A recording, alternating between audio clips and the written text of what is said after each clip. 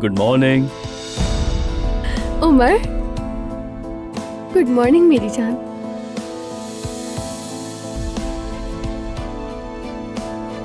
चलो अब आंखें बंद करो अपनी। हम दोनों कप्पादोकिया में जिस दिन हमने पहली बार एक दूसरे की आंखों में मोहब्बत देखी थी, उस दिन से हम कभी जुदा नहीं हुए। तुम मेरा हाथ कभी नहीं छोड़ना, ठीक है? मैं तुम्हें कभी नहीं छोड़ूंगा मेरी जान। जानम, हम बच्चों की जल्दी से शादी करवा के इन्हें कार्स भेज रहे हैं ताकि काम संभाले ये। ठीक है, अच्छी बात है। तो फिर ठीक है, तैयारी शुरू करते हैं।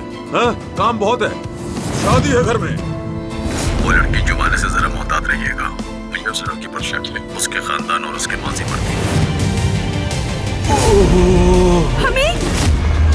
हमें तो अब ठीक है।